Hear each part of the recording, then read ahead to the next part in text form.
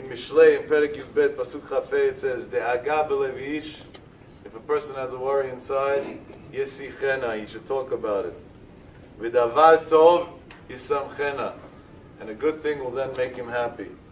What does it mean? Comes to Mitzudot David, and he writes an explanation on this pasuk. And on this Mitzudat David, the great Hasidic master, the Kotzker Rebbe, once said that if the whole Mitzudat David was only written for this one line, it was worth the whole Sefer. Now, God forbid that we're downplaying the Mitzudat David. We can't learn Tanakh without it. But he says this was the most important piece of the entire Sefer that it was written, the whole commentary on the whole Tanakh. I'm going to quote word for word. K'sheba de'aga b'lev ish. When a worry comes into the heart of a person, Yam'it v'yashpilota mikamut shehi. He should try and minimize it as much as possible. 2018, Haba Aleinu L'Tova. The society taught us to dramatize everything. Drama kings and drama queens. We love being victims. We love playing the victim card. Everybody loves saying how hard his life is and how hard his day is. And no, yes. A kid trips and scratches his knee and screams as if the world came to an end. And then we laugh and we say, okay, he's a kid, so that's acceptable. An adult came home 5 minutes late for supper, and his wife doesn't want to talk to him for an hour later. She's giving him faces. That's 100 times worse than the kid. 100 times worse. You're an adult. You have a brain to understand. Things happen. What happened over here? The answer is that we don't live with a mentality of looking to minimize struggle, because the world blew up struggle. One of the contributing factors, unfortunately, to this, and I'm not here, God forbid, to say anything negative about anybody or any profession, was therapy. Therapy is extremely productive for some, especially those who have very low IQs, but it's extremely counterproductive for most, because when you sit and chew and hash the same thing over and over again, week after week after week, we took a small problem and made it very, very big. When we take a big problem and make it very, very small, the Mitzudat David says, that's what the Pasuk is teaching you. And then he continues the same words, almost repetitious to emphasize it. Yam'it v'yashpilota mikamut shehi, v'davar tovu, im yuchal la'atzor koach. And you know it's a really good thing? If you could stop thinking about it at all. He says, first try to minimize it.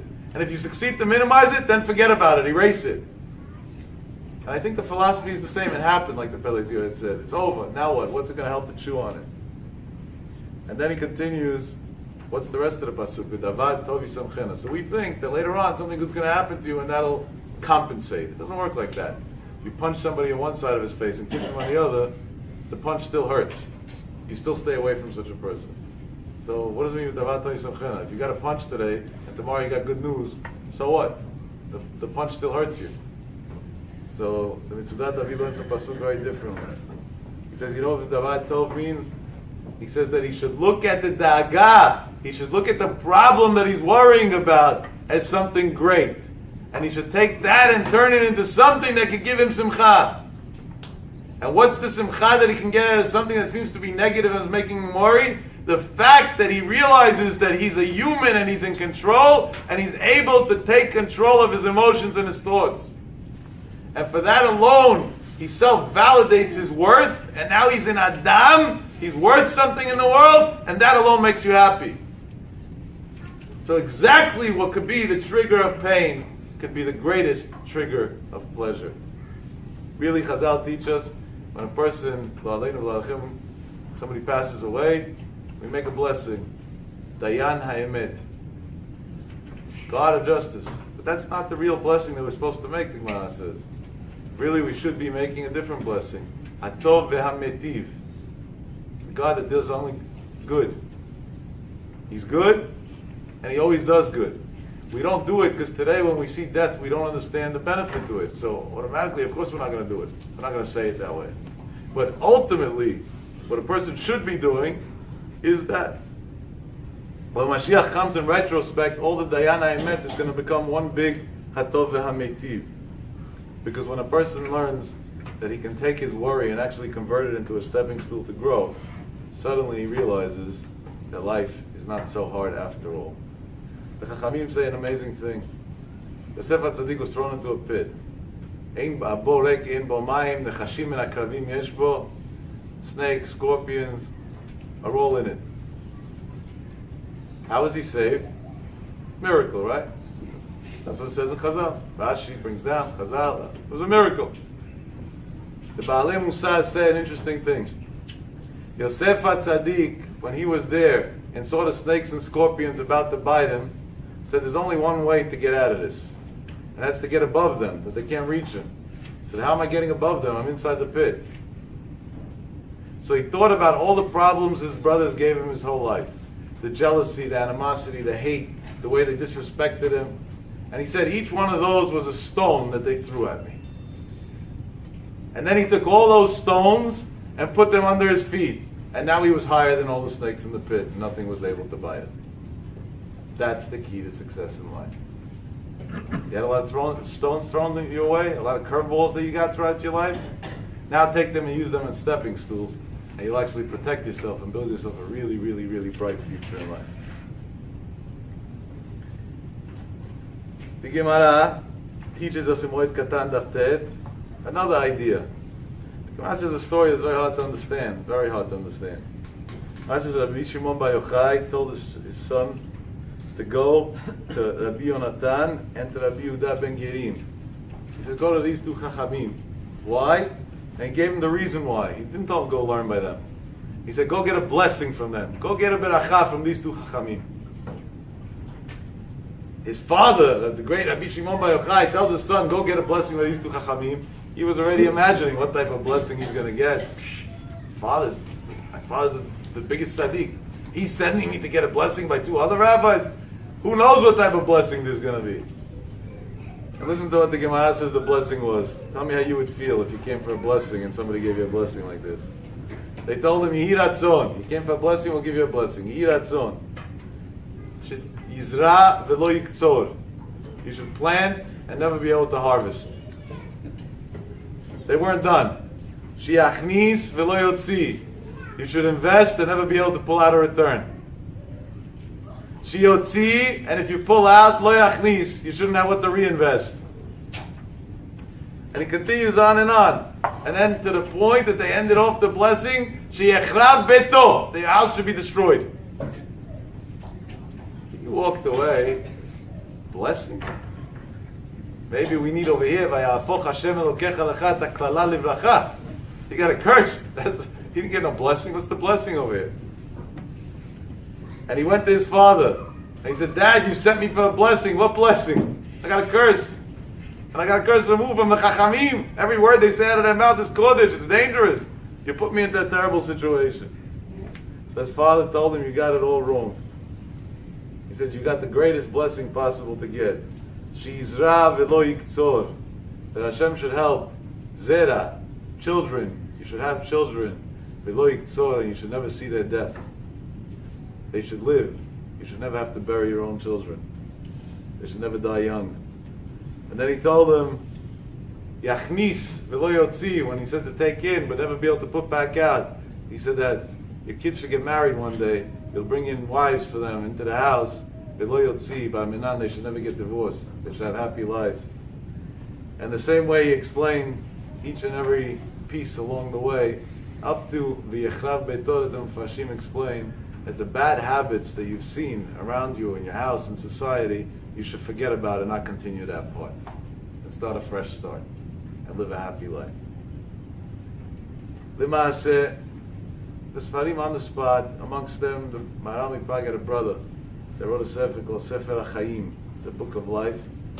He says, okay, so he explained it to him.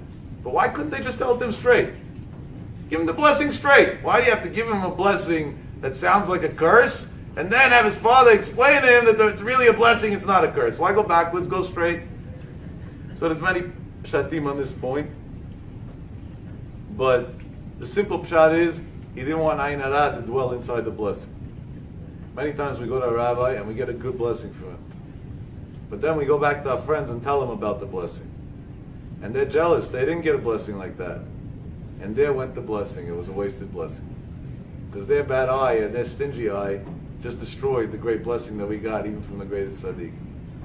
So they purposely didn't want the koach of the chitzonim to come in and destroy the blessing that they were giving. So they gave him a blessing hidden in a way that it didn't look like a blessing, that there shouldn't be a bad eye from the evil angels on the blessing that they gave him. That's a simple understanding in the Gemara over there. But the Maharal Mipag's brother in Sefer HaChaim writes something else. He says, "V'li nireh," to me it seems, "Devadai birchu oto beinam lebein atzmam." Really, they first blessed him. They gave him a regular blessing, privately. But then, what they did, this thing was done in public. And what was this thing done in public? They wanted to teach him and all the students that they had that yiratzon, that you should give up for looking for life to be the way you want it to be. And you should accept life the way it's dealt to you, even if life is dealt to you under such tragic circumstances. Because you came for a blessing because you want things your way. Bless me that it should be like the way I want. Yiratzon, that you should be in a situation, first we bless you, it should happen. But in case it doesn't happen for whatever reason, you should still feel as if it happened. You shouldn't feel deprived. You shouldn't feel like you're missing something or lacking something in your life. What a brilliant pshat. Rav Zaychik in his Sefer V'ani Tfilah says an unbelievable thing. Avraham Avinu had other names. Amongst them, one of his names was Eitan. Eitan means strong. Somebody who stands still. Why was Avraham Avinu called stand still? He says, because that's the greatest compliment possible to give a person. One who can stand still no matter what winds are blowing in his way. When Rav Shach, Zechet Tzadik V'Kadosh Levacha, had a son, Ephraim Shach, that B'sof Yamav did Tshuva, I think. But at the beginning, he wasn't exactly like Rav Shach. He took a different path, let's just say that. He was extremely respectful of his father. He idolized his father. But he himself in practice took a completely different practice. They asked Rav Shach, how could it be? What went wrong? They say the apple doesn't fall far from the tree. And Rav Shach gave them two answers. His first answer was, he says, that saying is true on a tree that's very low. But when the tree is very, very high, at that point the second apple falls, it falls very far from the tree. But the second answer he gave was, an apple doesn't fall far from a tree on a calm day. When there's a storm outside and it's very windy, then the apple gets blown as soon as it's disconnected from its roots. The aga is a wind. And if a person is not very strong with va'ani tefillah, his connection to God through prayer, the second any wind comes his way, the apple's going to fall very, very far from the tree. Because God is way up there. It's both the high, high tree that Rav Shach spoke about when he said it about himself, and the wind of struggle and worry is very powerful. And there's only one solution, and that's to strengthen the connection to the root, to make sure that the root is extremely strong. In life, I don't know much about landscaping, honestly, or planting or agriculture of any sort, but I was told by an acquaintance that prays by us in the synagogue in Tov in Queens, who this is his profession, that sometimes when they plant a tree, when they do a new job and they're planting some trees that they took from a place, and they want to make sure that the tree grows well, they don't give it a lot of water at the beginning. They only give it a lot of water later on. Even though really the tree should get a lot of water right away, we just planted it, right? When they plant you flowers, you landscape, what's the first thing they tell you? Make sure you water it once a day, twice a day, I don't know how many times a day. Because with trees, sometimes we don't do it. So why not? Because a tree, Hashem made a nest, that a tree looks for water, it needs water to stay alive. So if you give it a lot of water, then the water's on the surface of the ground. So the roots grow that way. And roots that grow that way, they're almost ground level. Tiniest wind and the tree comes right out. When it doesn't get a lot of water, the roots go down looking for water. And the deeper the roots are, the stronger the tree is and the stronger the tree will last. Sometimes HaKadosh Baruch Hu seems to starve a person in certain areas in life. Today he doesn't have parnasah, doesn't find a shidduch, he's struggling in another area, his kids are giving him a hard time, is this, is that, and he's angry and he's upset, and God, what is this? You're my father, why are you doing this to me? And it's okay to think that way. Keli, Keli, lama azavtani. Esther HaMalka said that to God. Why'd you leave me alone? And Hashem is telling him, Ki Adam, what's a person? Eitz hasadeh. You're a tree. I'm planting you. And in order for the roots to go deep, sometimes we got to take things away from you so you can strengthen yourself from the winds that life are going to later on bring. Suddenly, what should be a worry can actually become an amazing, amazing growing experience. It can actually be something that's very helpful for people in life to do. The Gemara teaches us Masechet Ketubot, I think Kuf Yud Aleph Amud Bet, the Gemara says, Amar Rabbi Yochanan. Rabbi Yochanan says, Tov hamalbin shinayim lachavero yoter mimashkeu chalav. You have a person that in the morning needs milk for his coffee. He gave it to him. It's a nice deed, right? The guy's a smoker and you don't give him a coffee with milk, then you almost killed him. It normally goes hand in hand. So, even though it could be it's the other way. If you don't give it to him, maybe he won't smoke and you saved his life. But one way or the other, depending how you want to twist it. There is a famous yeshiva boy story that goes around. This was around when I was in high school already. There's a Gemara that has an interesting dilemma. If two people are in the desert and they have one jug of water, and they only took one jug of water because they thought it would be enough because they were only planning on being there for a couple of hours. But they got lost. And now they're going to be in the desert a lot longer than they planned because they have to find their way out. And there's not enough water in the jug for both people. What do you do? So now we got three options, the Gemara says. Either the guy who is carrying the jug, meaning that the water's his, drinks it, he lives, his friend dies. Or he tries to be the hero and he gives it to his friend lives and he dies. Or they say, let's split it. But then they both die. There's a very unfortunate, tragic story that's set over, and this is a classic example of how when you make decisions emotionally in life, you destroy your life. In World War II, Yimach Shemam Hashem Zichram, the Nazis were taking kids on the trains away from their parents, that they would never see them again, almost all cases. And in one case, they came one morning and they rounded up the kids of the town and they put them on these, you can't even call them trains, cattle carts. It's a disgrace to even use the word train. And they took two sons from a mother, her only two children. And the mother went running out to the city to see if she can get her sons back. And she locates her sons on one of the cattle carts. And she screams at the general over there, whoever it was, this Rasha, Yimach Shemo Hashem Zichro, and she says, "Give me back my boys!" And at that point the boys hear the mother's voice. And they come to a crack in the wood and they see the mother standing outside fighting with the soldier. And this soldier was so evil that he turns to her and he says, "I will, but you can only take one." And one kid screams, "Mommy, take me!" And the other one's crying, "Mommy, take me!" And she wasn't capable.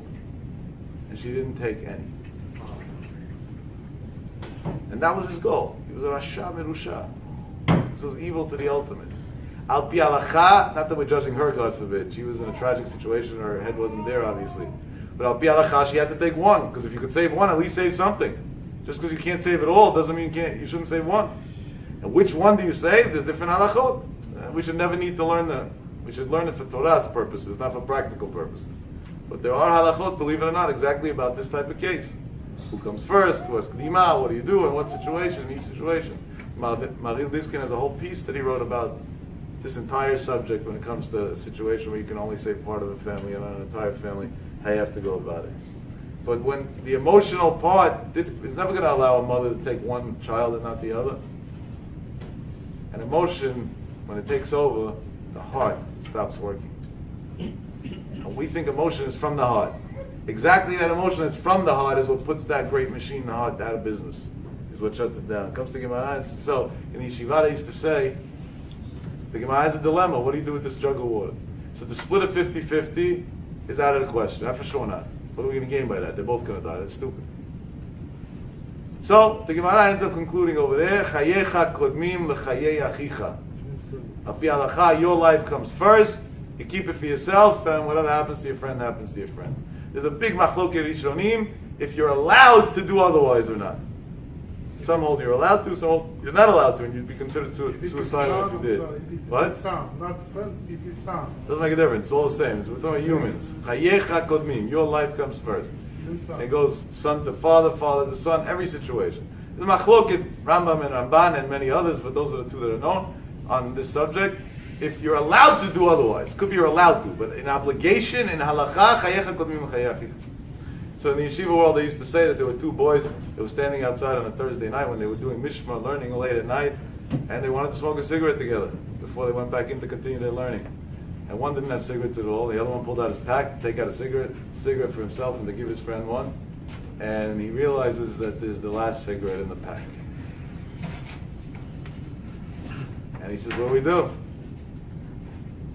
So he takes the cigarette and he hands it to his friend and he says, Chayecha kodmim l'chayei achicha. My life comes first, you have the cigarette. Comes the Gemara and says, Tov Malbim shinayim l'chaviro. If you make your friend smile, you're greater than somebody who's mashkeyu chalav. This is what Rabbi Yochanan says. Now wait a second. Who's this Rabbi Yochanan and what's he saying over here? Rabbi Yochanan says an amazing thing. He says that when you give somebody something physical, it'll help him, but it'll only help him for as long as that drink kept him not thirsty or whatever. That's where it ends. But if you give somebody hope, if you give somebody encouragement, if you give somebody a good word, now you gave him life. It's so much greater than the little materialistic thing that you gave him along the way. I once spoke to a gentleman who learned in Ponevezh Yeshiva for many years. But he did this a long time ago, and Ponevezh Yeshiva had many Gedolei Olam that grew up there. And I asked him, in all your years in Ponevezh Yeshiva, is there any incident of anything, learning, praying, a speech, a shiur, a darat, anything that you remember that stands out in your mind, that's like what you could point on was the greatest thing that you studied or learned in the entire year that you were in yeshiva? Years, many years that you were in yeshiva. He says, yes. In 1 second he told me, yes, clearly. This gentleman's name is Rabbi Yosef Ben Sinyor. He lives in Beit Lagan in Jerusalem. Chov Beit Lagan 33. He says, Yaakov, there's an incident in my mind like this. I said, what's the incident? He said, I was sitting and learning one day. And I was a young Kollel guy. And a boy came to me who I don't know, who I don't recognize, and he handed me an invitation. And he said, I'm getting married tomorrow night, and it's extremely important for me that you come to the wedding. Now, he didn't want to say anything to the boy because he thought maybe the boy is confusing him with somebody else. It's an awkward moment. I don't know you. And what's even more awkward? In the Olam HaYeshivot in Israel, Ponevezh has 1,000 boys, let's say, for example. I don't know how many he had then, but close to it for sure. If you get married, even if you're friendly with everybody, you're not going to go print 1,000 invitations and give everybody. That alone is like another huge expense that they can't afford. So it's customary in all the yeshivot until today. You take an invitation, one, you hang it up on the wall by the door of the yeshiva, and you write to all my dear friends, please see this as if it was a personal invitation. I'd love to see you by my wedding. And the boys understand on their own that they don't want to be a burden and an expense to somebody else, so they don't come to the actual wedding for the meal, so they don't have to spend money on them. They just come to be Misamech, Hatan v'Kala towards the end. And it's a beautiful arrangement. It's been working for over 50 years in Olam HaYeshivot. So if a boy does get a hand-delivered invitation, then that's double weird.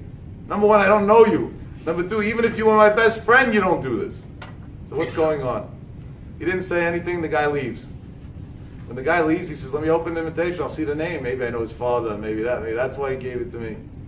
And he sees a letter inside, a handwritten letter by the Chatan, to my dearest friend. And he got the right name, Rabbi Yosef Ben Sinyor.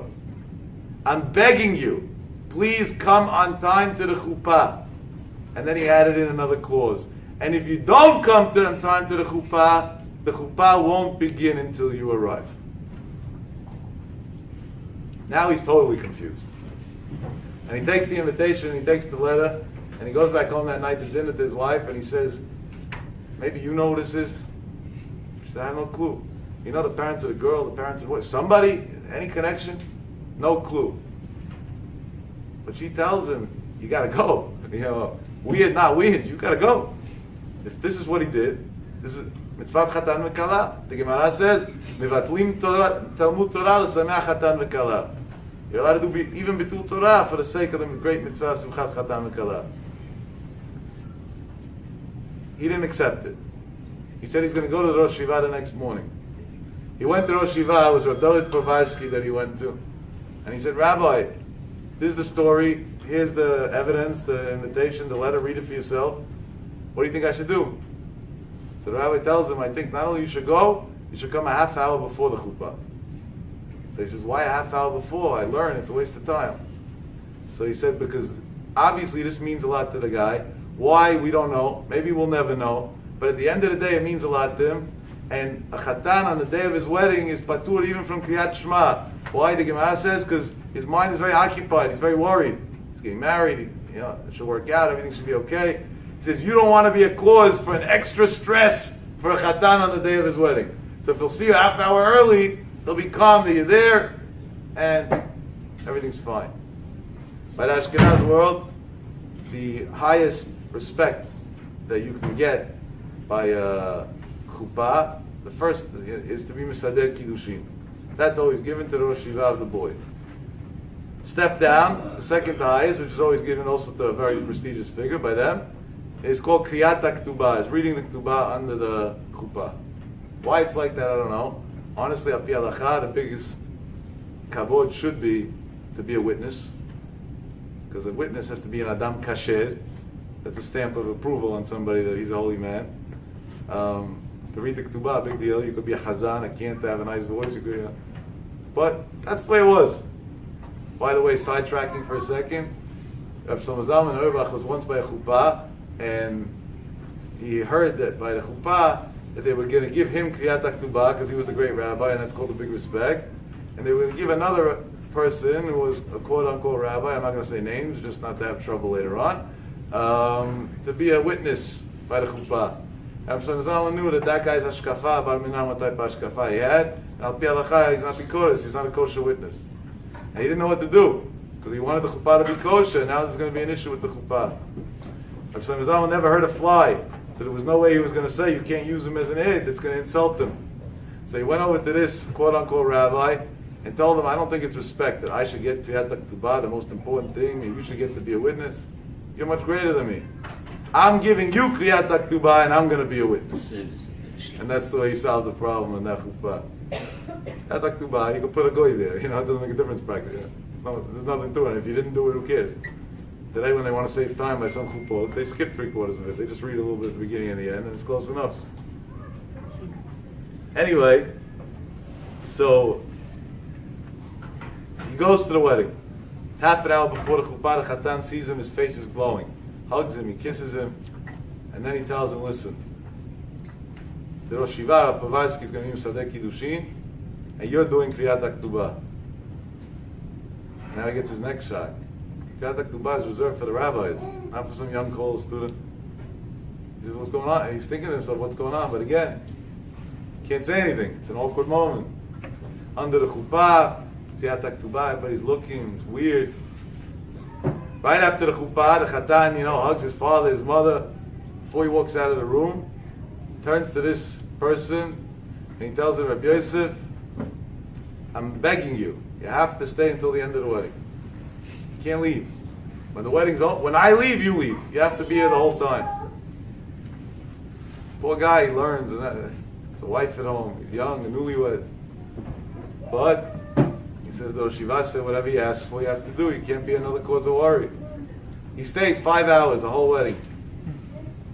When the boy comes in from the Chadai Yichud, like the Ashkenaz do it to dance, before he dances with his own parents, he calls this guy who he doesn't know, and he dances with him first.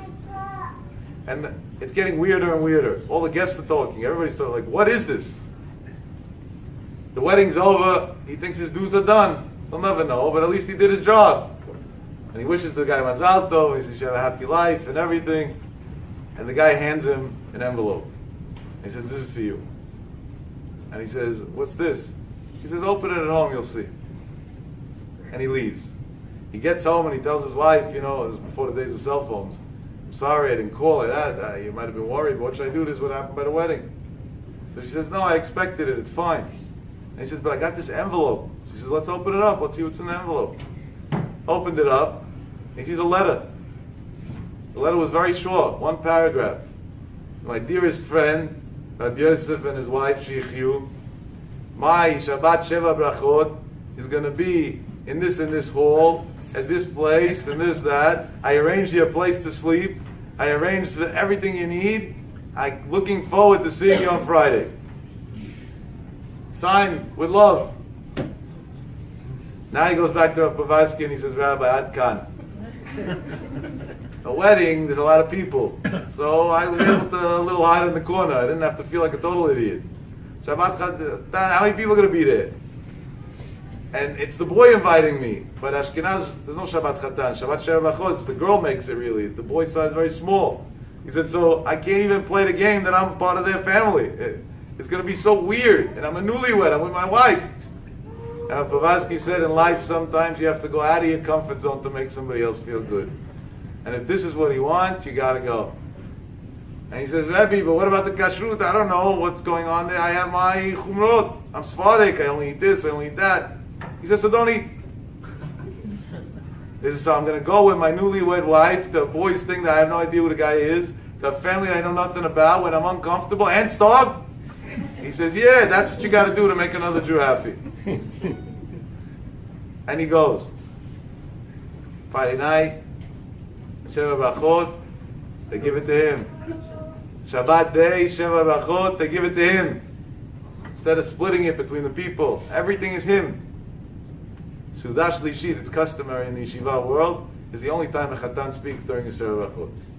Now, more or less, the speech of chatanim, Sudash Lishit, is always the same. Thank you to my mother, thank you to my father, thank you to this one, thank you to that one. They give a eulogy to all the people that they want to get rid of. It's like a pre-written speech. Actually, when I was in the dorm, the guys used to give it to each other. When you got engaged, you went to somebody who just got married and said, give me your papers, and you would just change the names. And normally they don't even put in names, they just write mom, dad, the rabbeim, this, that, so you don't even have to change anything, you just read the script. This boy is a little creative. He gets up and everybody's expecting the usual speech. It's like the standard normal procedure. He gets up and he starts a speech like this. He says, my dear family, my dear friends, for a few days everybody's in suspense. There's a guy here who none of you know. He says, but I want to tell you something. This gets crazier. He doesn't know me. And the whole wedding revolved around him.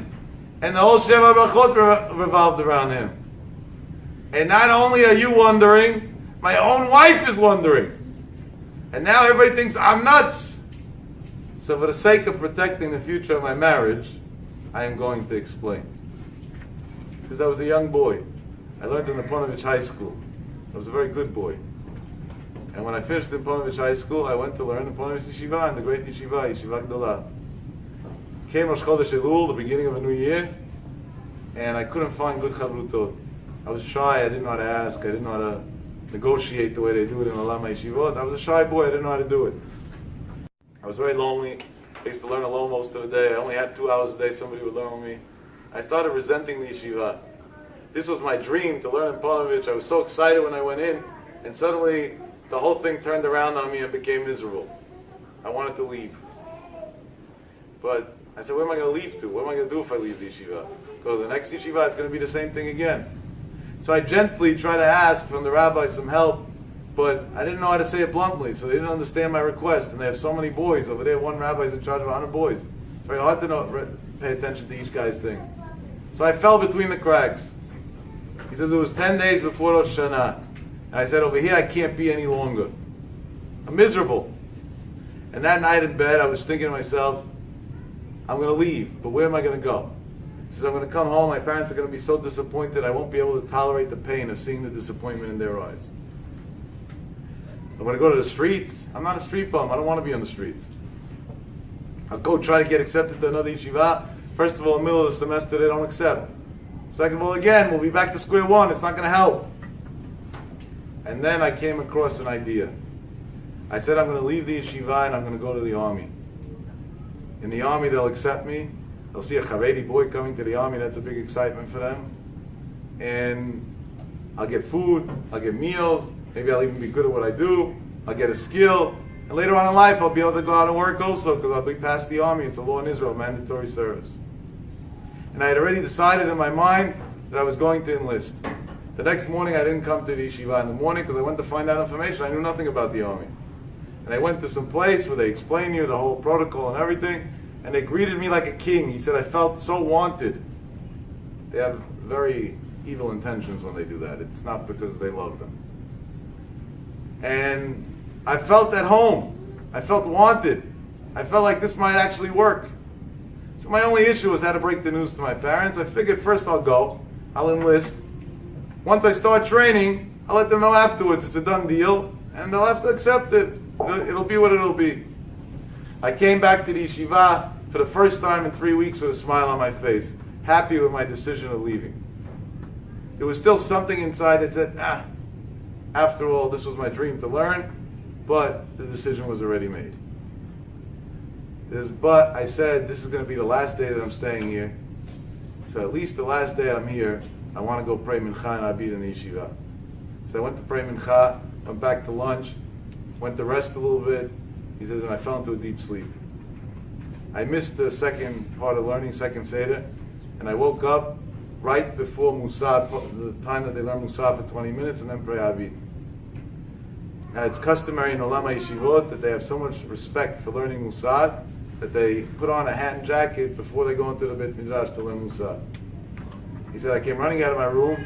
I didn't have my hat and jacket in my room. It was hung on the hangers together with everybody else's.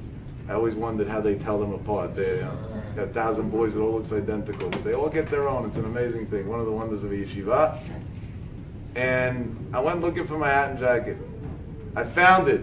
I put it on, and I have to climb up 2 flights of steps to go into the Beit Midrash. And this was going to be my goodbye, my farewell to Olama Yeshivot. From there, he's going to the army.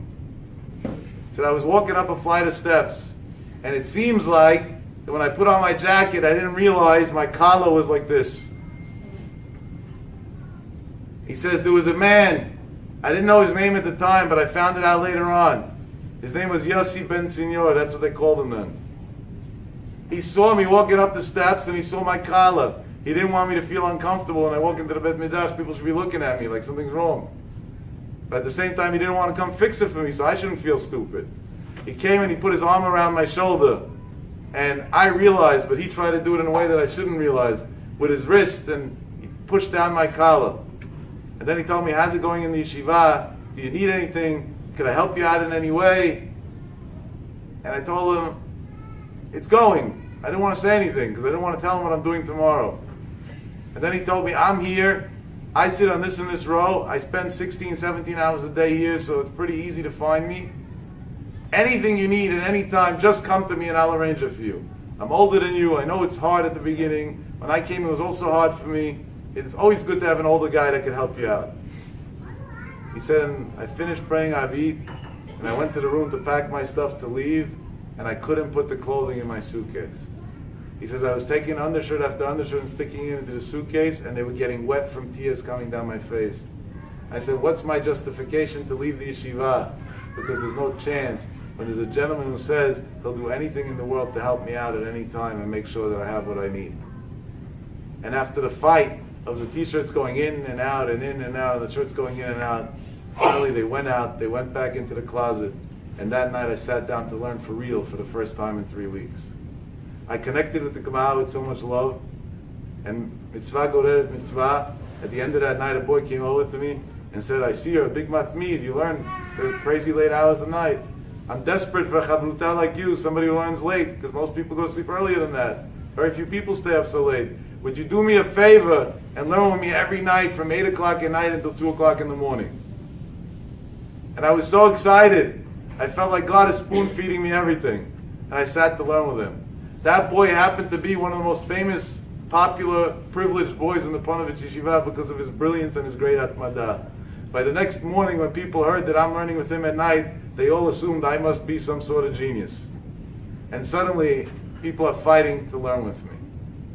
He says, now it's 7 years later, and I got married. If not for the fact that that day when I walked up the stairs, you would have put your arm around my shoulder, today I would have been a non-religious Jew in the Israeli army. So the only reason why my wife took me is because I'm a Ben Torah. That means the real Shadchan here isn't the matchmaker. The real Shadchan here is you.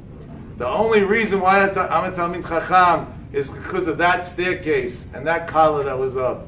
That means my Torah, like Rabbi Akiva said, Sheli v'shelachem shelahu. It all belongs to you. And that's why, with all due respect to the Rashi Yeshiva and the staff and everybody that I love and all my friends, you were the most important guest for me in the entire wedding. Because my life, my children's lives one day, and my entire wedding was given to you. It was only because of you. Rabotai, that's the power of putting your arm once around somebody's shoulder and telling him you can do it. You know why? Because when he thinks he can't, he doesn't think he can't. He feels he can't. It's de'aga, it's worry. I'm not going to be able to do it. And emotion, sometimes you got to answer with emotion. A little TLC and you can subside that emotion, you can knock it off and give a person a chance that now he could think. And the moment a person thinks, then he knows he can't. Let's try and walk out of this room now and say that the next time we're about to get annoyed, worried, anxious, stressed out, and whatever else. And of course, just a disclaimer, there are those that suffer from anxiety as a biological condition, and that should be treated medically, obviously. But in the regular anxiety of the day, we're going to suffice that anxiety by feeling God that puts His arm around us all day, every day. And by doing that, suddenly the emotional part can calm down. And as the emotional part can calm down, we can get more intellectual strength to overcome the hurdles and the battles and do what the Pele Yoetz says, to minimize the da'aga, to maximize the simcha, and to live a high-quality, successful life. Beruchim tiyu Hashem. Let's try and see if we can even do habit, singular first, and then we'll see if we get to the point of getting to plural, habits. The Panovich Arov once went to Rabbi Yaakov Galinsky. They were close friends, even though there was a relatively large age gap. And he asked him if he remembers the story of the Beit Midrash of Rabbi Yossi ben Meshita. So of course, Rabbi Galinsky was Talmid Chacham, so he knew what he was talking about. So he said, "Sure, I know. What's that Beit Midrash?" So it's a story that I would like to believe we all know. The Midrash Rabbah, in Bereshit Rabbah Samachay Yudchet, the Midrash says, Bikesh Antiochus livzoz otzrot bet hamikdash. Antiochus wanted to loot the treasures of the temple, and he was pachad likanes. He was scared to go in. Antiochus, the Rasha, was scared to go in. Why? Charad me'emat nikmato shel Elokei Yisrael. He was scared of the revenge of the God of the Jews. He knew that until then, whoever messed with the Jews in the temple ended up somehow getting into trouble. So he got scared. He wanted to do it, but he was scared to do it. So he said, how's he going to do it? So it says in the Midrash that on one hand, he didn't want to give up on the valuables of the temple. You know, things that were worth a lot of money there, gold and silver, and all different valuable things, gems. On the other hand, he didn't want to go in. It's funny. Outside, he wasn't scared God was going to hit him. Only inside, he was scared. But that was Antiochus' way of thinking. He was a little confused. So he was looking for somebody that's going to agree to go in. He said, I got to find somebody that's going to agree to go in. Who's going to agree to go in? Unfortunately, who agrees to go into such a situation? A self-hating Jew. But the Goyim are scared of, the self-hating Jews are not scared of. They take it to the next level. In Israel, there's an organization, whatever, a bunch of psychos that call themselves a group, Mahsom Watch. They're funded by all these left-wing places around from Europe and the US. They have a whole well-machined organization that goes to all the places that the Israeli soldiers are, illegally takes videos of them, and tries to put them, they edit it afterwards, copy, paste, cut, whatever they got to do, to put the Israeli soldiers in a bad light, as if they don't have ethics, they kill for no reason, they this, they that, they make scenes all day, all night. Self-hating Jews. These are all Jews that are doing this. They have an agenda against their own country, against their own people, against their own land. Amazing. If they would love Jews as much as they love Muslims, we'd be in good shape with them. So they found a self-hating Jew. The only thing is, Jews like money. Even self-hating Jews. They might not like Torah, but money they like. So they found this guy. His name was Yosef Meshita. And they told him, buddy, you want to go into the temple to get the stuff out? So he said, sure, but I want to get paid. How much am I getting? So they said, what do you want? So he said, I want to get paid in commodity. Then they didn't use cash yet. What commodity? He said, the first item that I pick to take out of the temple, I want to keep for myself. That's mine. The Yaakov said, if he doesn't go in, I get nothing. If he goes in, I get everything else. So why not? Let me go in. So he says, you got a deal, no problem. So the Midrash says, he went in, and he made a quick assessment, scanned all the items inside the temple, and he said, what's the most valuable here? That's mine, right? The first thing I take out is mine. He saw the menorah. The menorah was made out of pure gold, and it was a masterpiece of artwork, and it was extremely heavy. How he carried it is a question it's funny to talk about. So heavy. He said, this is it. This is where it's at. I'm rich instantly. Takes out the menorah. Antiochus sees he takes out the menorah and he tells in the words of the Midrash, "En daklo shel hediot lishtamesh bazeh." That wasn't part of the deal. He had no word even, this Antiochus. He said, you're a simple person. This is something for kings, for rulers, for generals. You can't get the menorah. Go back, get something else. The menorah stays by me. So, you'll see this self-hating Jew looks at Antiochus and says, no way, I'm not going back in, it's out of the question. He says, what do you mean you're not going back in? You just went in, why wouldn't you go back in? Go get something else, there's plenty of valuable things there. He said, no, not going back. You didn't stick to your word the first time, I can't trust you, I'm not going back. So they figured, maybe he wants a raise in salary. So they said that they'll offer him double. They'll offer him triple. So you know what they offered him at one point? That all the tax revenue of the whole Israel for the whole year, he could keep.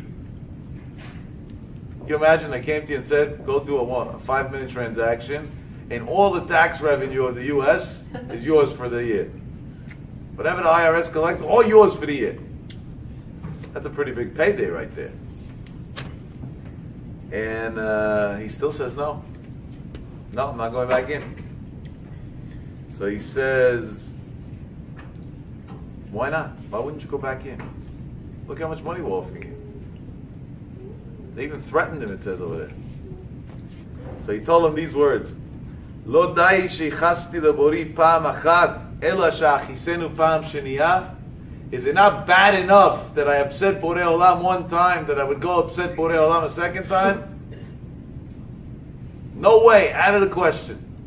I'm not going back in. It says that they excused the graphic details. They took him, they put him on a table, they tied him up, they stretched him out, and they cut him up. They killed him, but they tortured. They cut him up.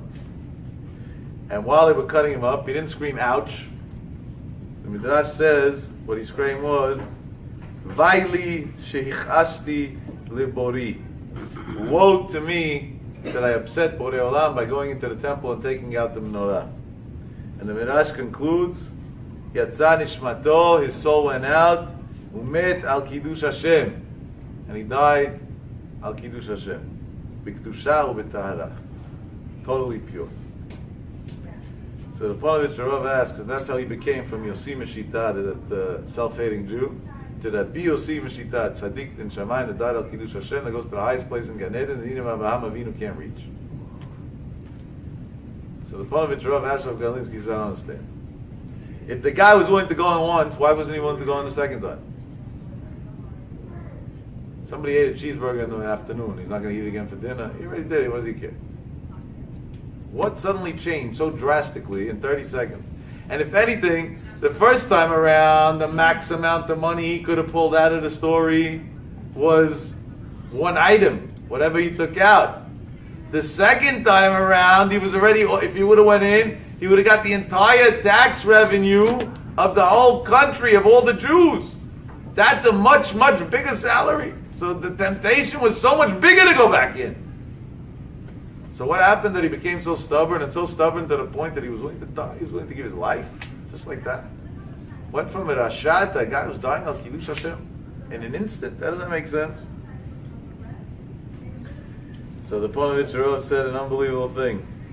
You know how a person can change in 1 minute?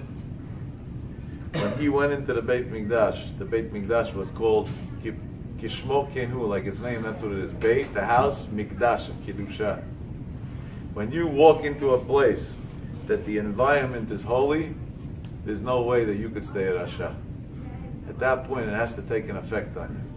And the holier it is, the greater the effect it is. And being that he went into the Beit Mikdash, even though it wasn't permitted for him to go into the Beit Mikdash, it was a sin when he went in. And even though his purpose was a sin, still, just the fact that he ended up going into the Beit Mikdash, that alone had such an effect on him that he instantly went from being a gangster that was going to steal the menorah of the Beit Mikdash for his own dining room, to a person who a few minutes later turned down a fortune of money and then died al Kiddush Hashem. From one extreme to the opposite extreme. Just from Kiddushat HaMakom, from the holiness of the place, that turned him from a Rasha to a Tzaddik Gamur. Comes Rabbi Yaakov Galinsky. This, the Ponovitch Rav told Rav Galinsky. Now listen to part B. Part B I love, because we can relate to that. Beit Mikdash we never saw. Hashem should help, inshallah, we should see the next one soon. The final one, third temple. But for now, we never saw it, so we don't really associate with this story that much. But now listen to this one. This we could associate with. Comes up Galinsky and says that the Ponovitch Rav's chidush helped him say another chidush, a much bigger chidush. What's the bigger chidush? Yitzchak, on the eve of Passover, is given out a blessing. Who doesn't want that blessing? Who's he giving it to? Esav. Rivka, which was a greater prophet, definitely in certain areas than Yitzchak, knew Beruach HaKodesh ben Buah that the blessing has to go to Yaakov. So she went and did, like the Torah says, the whole story. She told Yaakov to steal the blessings from Esav. Yaakov was scared. Said, maybe my father will figure it out. He'll curse me instead of blessing me. And she said, I like Kidulatcha b'ni. I take responsibility. The curse comes on me. Don't worry about it. I like Kidulatcha b'ni. Yaakov went and did it. And he succeeded. He got the blessings. Esav came in afterwards, realized what happened. He screamed, a big scream, the Torah says, and he said, this brother of mine already tricked me twice. First he stole from me my merit of the Bechorah. And now he stole from me my blessings on top of it. 2 times he sketched me. Oh my God, this is not good. And he made a vow. What was his vow? When the days of Avi, the morning of my father, in other words, he was wishing his father dead, will come, I'm going to kill my brother. He stole my blessings. He got me to sell him the Bechorah. I want revenge. Revenge, I'm going to kill him. That's it. We're going to end the story. Rivka heard him say that. She knew her son Yaakov's life's in danger. And she was the cause. She gave him the advice to steal the blessings. So she calls Yitzchak. She calls Yaakov, and she says, get out of here, you gotta go into hiding. Go to Lavan, go away, hide it until your brother calms down. Right now he's angry, he's capable of killing you. When he calms down, you'll make a ceasefire with him, it'll be alright. But for now, you gotta get away. He goes running away. Where does he go to? He goes to a yeshiva, the yeshiva of Shem Vayeved. He went into the yeshiva and he learned there for 14 years.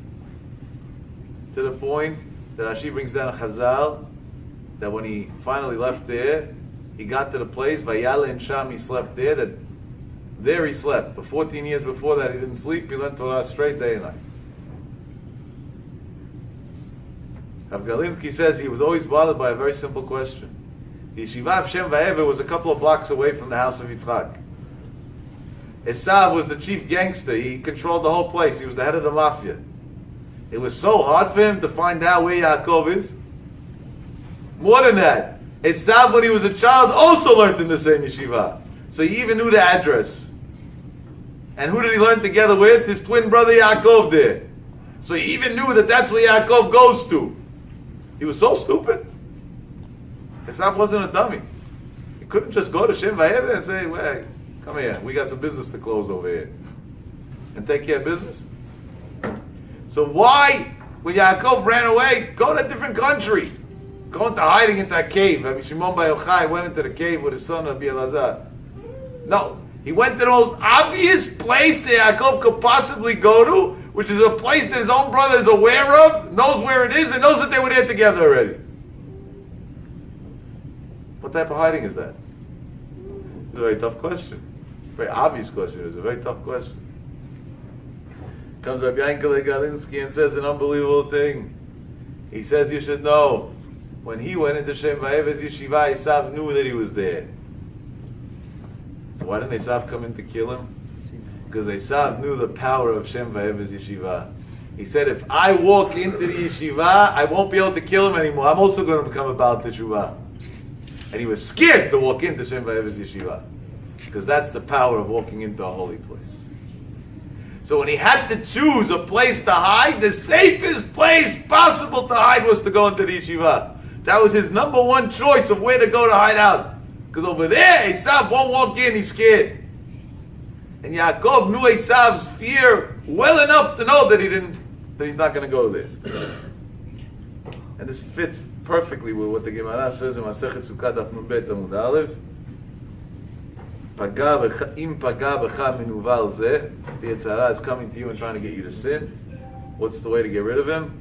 Moshcheu, pull him lebeit hamidrash, to the synagogue. Why pull him to the Beit HaMidrash, to the synagogue? Comes up Galinsky based on this is very simple. Because even the Yetzer Hara doesn't want to come into the synagogue because he's scared he's going to lose his power there. Even the Yetzer Hara is scared he's going to lose his power.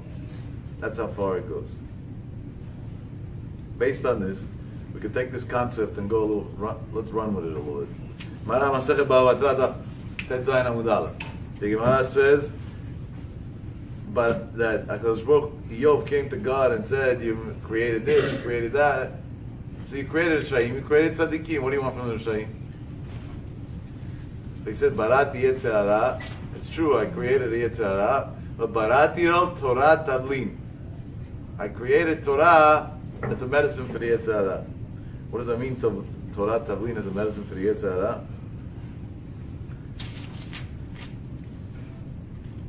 So the answer is that the Torah is a vaccination. It's a vaccine. It vaccinates a person that in a moment of truth he should have the strength to overcome the Yetzer Hara. That's why when Yaakov Avinu ran away, he went to Shem Va'ever and didn't go to Lavan straight. Even though his parents told him to go to Lavan, he had a mitzvah kibud avim. Because Yaakov knew he's now going to go into Lavan's home. Lavan was the number one shyster, the Ramai. He says, before I go into this Lavan's home, I better go to Shem Va'ever's yeshiva because I got to vaccinate myself a lot more than I ever did. Even though I learned many years before. I learned to learn. Now I need to learn to protect myself for going into Lavan's home. Now I need a whole new level of learning. Because without that, who knows what's going to be. And he went. And that's what saved him. The same idea emulated itself when Yaakov Avinu sent Yehuda to build the yeshiva in Goshen before they went down to Egypt. Because he said, Am Yisrael is going to go to Egypt to Tumat Eretz Ha'amim. What's going to save them? What's going to keep them Jewish? How are they going to come out of there Jews like they went in? He said, there's only one solution. Let's build a yeshiva. They'll have the walls of the yeshiva to run into, and the walls of the yeshiva will be able to save them, and they'll be able to make it out of Tumat Eretz Ha'amim in a holy way.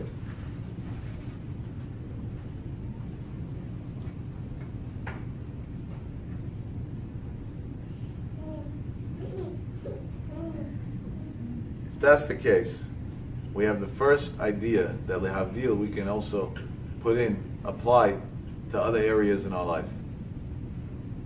If you want to be a successful person, the first step that you have to make is to surround yourself by successful people. Unfortunately, we know misery loves company. And normally everybody who's in the same situation of misery, they gather together. To the point that the medical world believes in something called support groups because they can identify with each other. And there is even a Torah perspective to the idea of support groups. Right? So these are people that got to the same place, they're in the same situation. And that might be a good thing. But the flip side of it is, it might not be so good.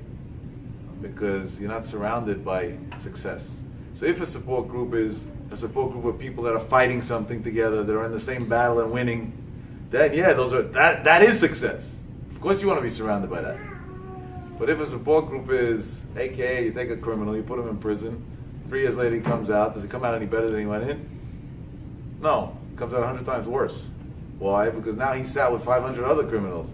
And every crime that he didn't know how to do until now, they taught him in there. So now he can do his crimes even more sophisticated.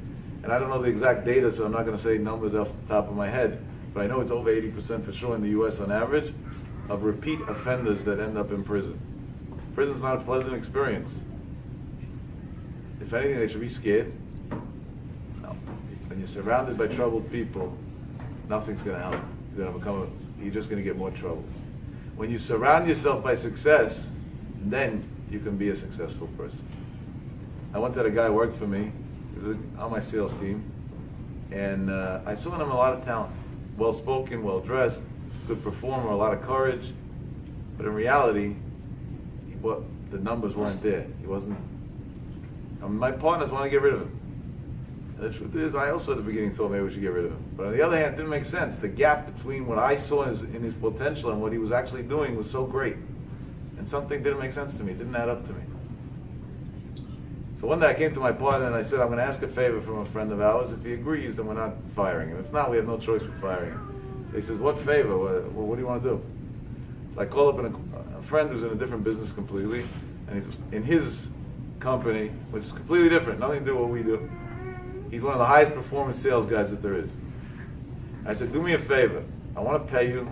Tell me how much you want. No problem. I'm sending you a guy.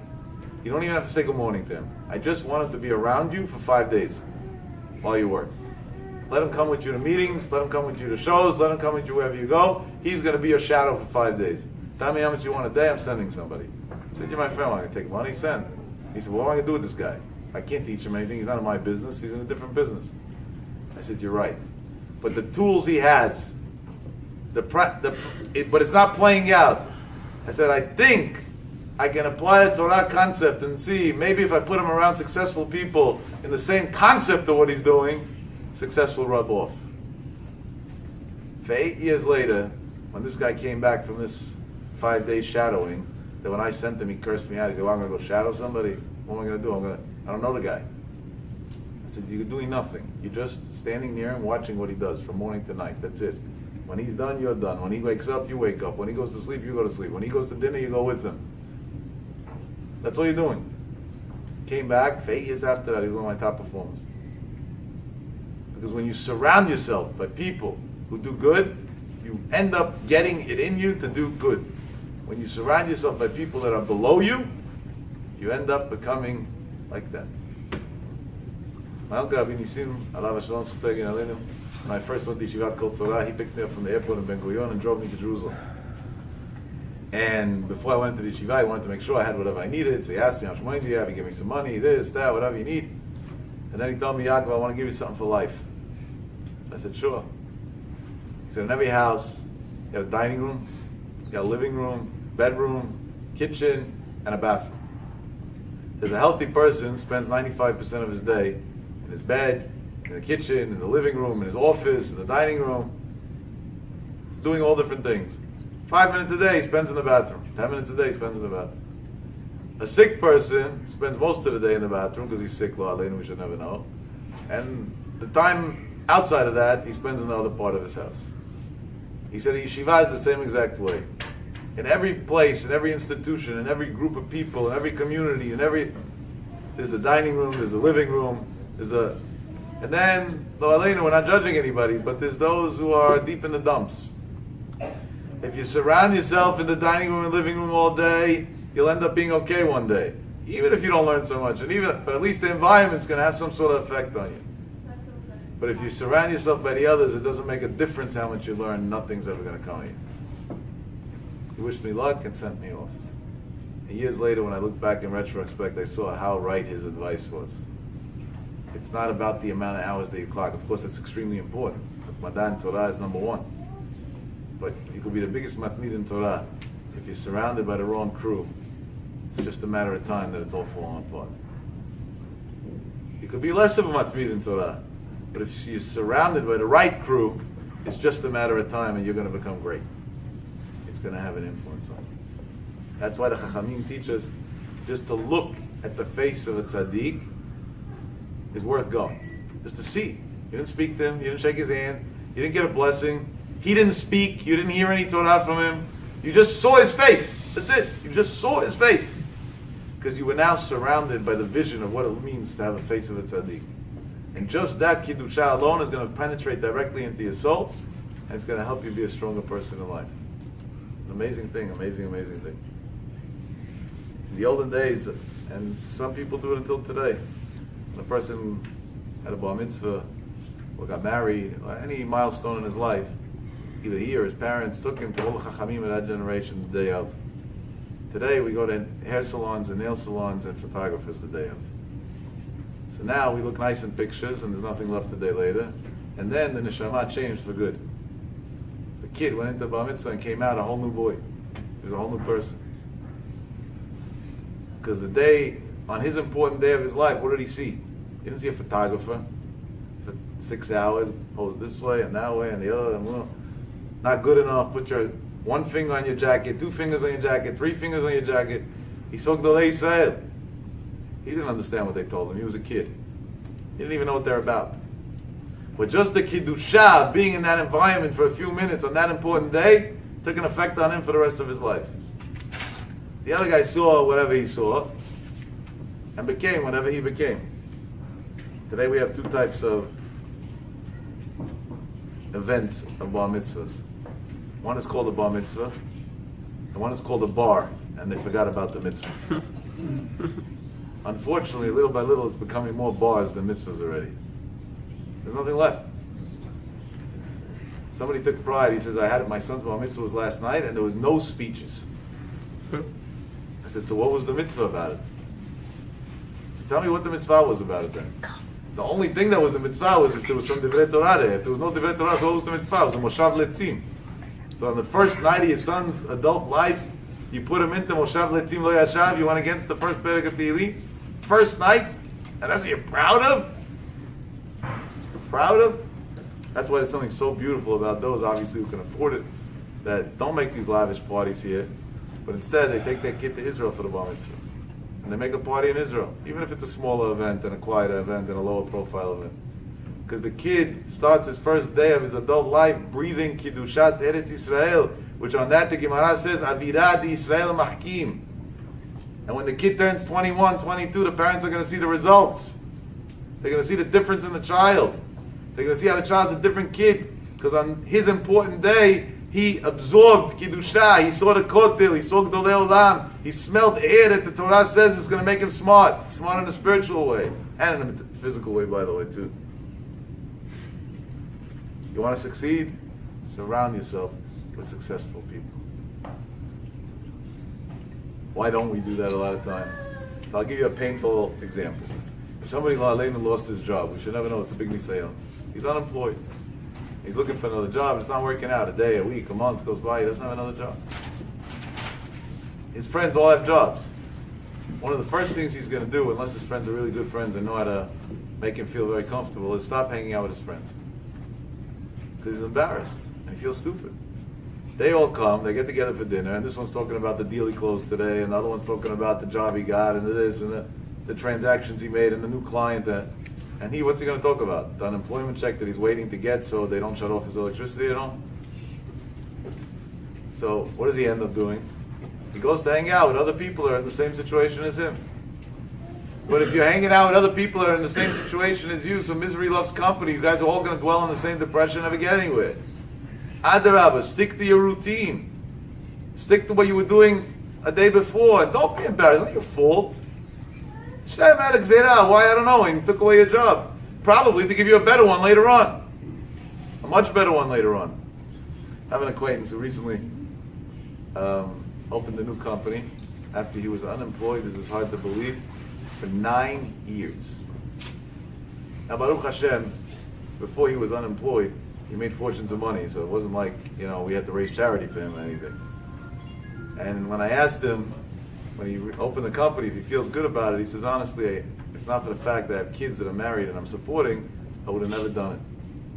He said, because I know now in retrospect that the reason why I lost my job.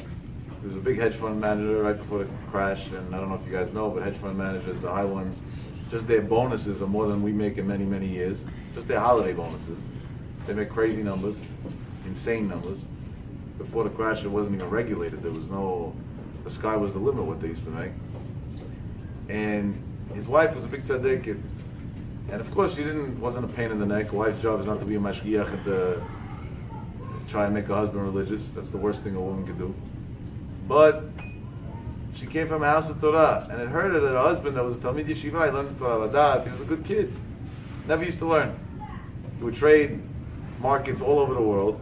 So practically 18 hours a day. If the U.S. market's closed, so it's after hours trading. If that's not, there's some Asian market that he's trading. If that's not, he was non-stop. And sometimes she would tell him, I'm not minding your business and that, but maybe 3 minutes a day, something. Learn one Mishnah. And he would always tell her on Shabbat. Shabbat, I'm going to go learn. Friday night, he wouldn't even make it to synagogue. He was so tired from the whole week and the crazy hours that he was working. He was a very high performer.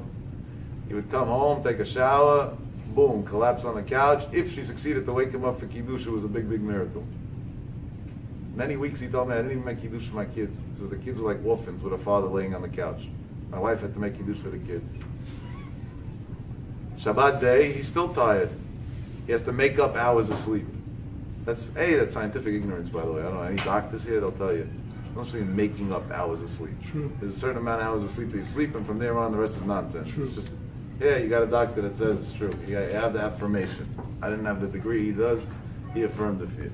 That's just wrong, period. It's ignorance. But besides for that, it's the Yetzirah. Nafal al Haftar D'Mah, because the Yetzirah was scared. He shouldn't go to synagogue, God forbid, and hear a class Shabbat afternoon and killed him. He said, the morning after I lost my job, there was no office to go to. There was no emails to respond to. There was no transactions to make. He was trading other people's money. There was nothing to do. You know where I went? I went to the synagogue. You know what I did? I heard a class. He even told me whose class he heard. It was a Gemara class. He said, I loved it. It brought me back all the memories of the days of the yeshiva. He says, and for 9 years straight, I sat and learned as if I was a Kollel student. He says, so the day God took my job away from me was the day I was very upset. But 9 years later, I say, Odula Hashem Ki Tov, thank you so much for taking my job away from me. I got to study 9 years Torah. He says, now what should I do? I went through all my savings and all my wealth, and I have a lot of kids to support, so with whatever's left, I opened a new business venture, which hopefully will be successful, so I can continue supporting my son-in-laws that should be Talmidei Chachamim. What an amazing way to look at life. Instead of being depressed, guy is unemployed for 9 years, I think a normal person would be suicidal for sure. He became a Talmid Chacham. He grew. Why? Because he surrounded himself by people that were doing something productive, instead of surrounding himself by people that are miserable because they don't have jobs. When you surround yourself with those who are doing good, you become good, whether you like it or not. When you surround yourself by troublemakers, you become a troublemaker. Baal Shem Tov writes, and this all the Kiruv guys use, they think it's a justification, they don't realize it's the biggest musar in the world. It's a warning, it's a big red flag. He says in order to take somebody out of the mud, you got to get muddy along the way. So they use it as like a heter. I'm doing Kiruv, so I could do this, I could do that. No, it's just the opposite. The Baal Shem Tov said it as a big warning. If you're doing Kiruv, you better have 10,000 more precautions than everybody else in the world. Because you're dealing with mud and you're going to get dirty. That's very dangerous. Your soul's going to be gone. And then instead of Kiruv, it's going to be Richuk. And the Yetzirah can bring you closer to him a lot quicker than you can bring him out of somebody. So the Baal Shem Tov warned you, be aware, you're going to get muddy. Come with the right gear. Come with the right protection. So you come out. It's anishmato be'echad. You come out with the same emunah, with the same spiritual standard as you went in. Highly successful people surround themselves by their own. And they don't do it out of being arrogant. And they don't do it out of being egoistic. Some maybe do, but in general not. The mature ones definitely not. They do it out of wanting to maintain a high level of success. And there's nothing wrong with saying, that guy's more successful than me. Let me be around him a little bit. Let me learn from him a little bit. Let me spend time with him a little bit. There were many times that I went to different people that I view as successful. For example, Abu Rizor, people like that, legends in Afatzat Torah and teaching Torah. Abu Rizor is the biggest tzaddik alive today. I'm not here to grade tzaddikim. This is Rabbi Akiva of our generation. When he was 40 years old, he became frum and he didn't stop learning ever since. What's his name? Abu Rizor. Learned Torah non-stop. When he flies to the U.S. to raise money for Lev La'achim, he flies together with his chavruta because he doesn't want to have even 5 minutes in the airport or on the plane that he doesn't have a chavruta to learn with. And by now he's in his 80s. He still travels with his chavruta because besides the genius in Kabbalah today too, holy man. The merits that this man has, well, we should get the 1% of it, it would be great. I once went to him, I told him, Uri, I want to spend a couple of days with you. He says, for what? I said, for nothing, I want to be a driver. He said, I don't need a driver. I said, I know how to drive myself, first of all. Second of all, I actually love buses. They're big, they're spacious, there's room, I can walk around if I get tired, if in the middle I don't want to sit. What do I need a car for? I said, no, this is not for you. I'm not trying to be nice to you. I'm trying to be nice to me. I said, because during those 2-3 days, I'll hear you pick up a phone call. I'll see how you answer somebody. I'll see how you make decisions. I'll see how you think. I'll see your process of getting to conclusions. I'll see how you speak. And I'll be able to get something from it. I'll be able to learn skills I never had before. I'll be able to see live what success actually, how we translate theory into success. He's a very humble man, so of course he tried to push me away. But as much as he tried, I pushed myself in anyway. And I don't know if it was 2.5, a little under 3 days. Probably if I wanted to, I could write a book just what I saw in less than 72 hours. To be able to juggle learning over 12 hours, and on top of that, run an institution like Lev La'achim and Lev Shomea, and be the Rebbe of Klal Yisrael when it comes to Kiruv, and have a connection with all the Gdolei Yisrael, and get involved in everybody's problems, and answer who knows how many parents' chinuch questions also because he's a chinuch genius. The greatest parenting book that ever came out was the one he wrote recently, that was translated recently from him in English. He wrote it in Hebrew years ago. I could send it to you. I don't remember. I'm bad with names, but everybody knows. You live in Queens, right? Go into Safa. Tell him, give me where he's always book on parenting. He'll take $10 from you. He'll give you a nice little book. It's an easy read. It's thin, and it's the smartest book on parenting that exists in the world. Because it's coming from the truth. It's a man who went through a hard time with his own kid, with 2 of his own grandchildren, who went off and gave him a lot of problems, to put it mildly, and today they're all tzaddikim and talmidei chachamim. So he's not writing from theory. Breakthrough. He's writing breakthrough. Let's go. There we go. We got there. You got the answer. Look at the tzaddik. Thank Gave you it to so you much. live. I appreciate it. The breakthrough. Just breakthrough. Just breakthrough. Breakthrough by Uri Zohar. There you go. It's worth the $10. Trust me, it's worth it. Did I get the price right too, or am I off on the price? It doesn't give it to you. Probably off. What? Probably off on the price. Probably off on the price. No, it's a paperback book. It's thin. It's not a big. He meant it 6 years. But all right, one way or the other. But you can learn so much from somebody like that. You're right. So he says, okay, there we go. Baruch Hashem, on target with it. You can learn so much from somebody like that. So surround yourself with somebody like that. Tag along with somebody who's doing something productive in his life. It's an amazing thing. On the flip side, sometimes we have a situation with a person that try to talk to him and it doesn't really work. He's not interested. We developed this system of feeding people in Torah classes and doing classes called sushi and scotch, even though we had a lot of critics on it. Because if that's the way to get him into the walls of the synagogue, so be it. Because just the kedusha of the walls of the synagogue, whether he listened, he didn't listen, whether he came to drink or to learn, whether he get just the wall, the fact that he came in the walls, sooner or later it's going to penetrate. I'll tell you an amazing, amazing story. My father went into Rav Shach in 1994 with an interesting question. He said they wanted to make a seminar. You want me to be a jukebox? What is it?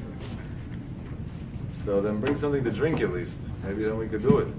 Water, something, you know. So he went into Rav Shach and he told him an interesting question. He says he was making a big seminar in Israel. He's very nervous. He said normally his seminars are much smaller, so he has time to interact with the crowd, and the other speakers have time to interact with the crowd. This one's huge, and he says, I'm almost at the point of just canceling it. I think it's going to be uncontrollable. The crowd, it's going to be too big. We're not going to be able to accomplish anything. It's going to be a mess all over. I want to cancel. And he really went in because he wanted to cancel guilt-free. He already decided to cancel, technically. But he had the guilt that maybe I'm wrong. So he wanted to see what Rav Shach's going to tell him if he can cancel. Rav Shach didn't ask him how many people are coming. Didn't ask him how many rabbis are going to be there. Didn't ask him nothing. Asked him a very interesting question. He said, what's on the menu? What are they serving? Rav Shach used to eat bread, dry bread. And when they told him it's not healthy and how could you eat it, it doesn't even go down, he used to say, I eat bread with the Rambam. It's the sweetest thing in the world. Rav Shach should ask, what's the menu? How does he even know what the word menu is? He was so detached from this. So my father said, I don't know what the menu is. They just find out. Cool, find out. This was before the days of cell phone. Just use my phone. Cool, find out. So they told him more or less, they're going to serve fancy food, this, that, whatever, all different things.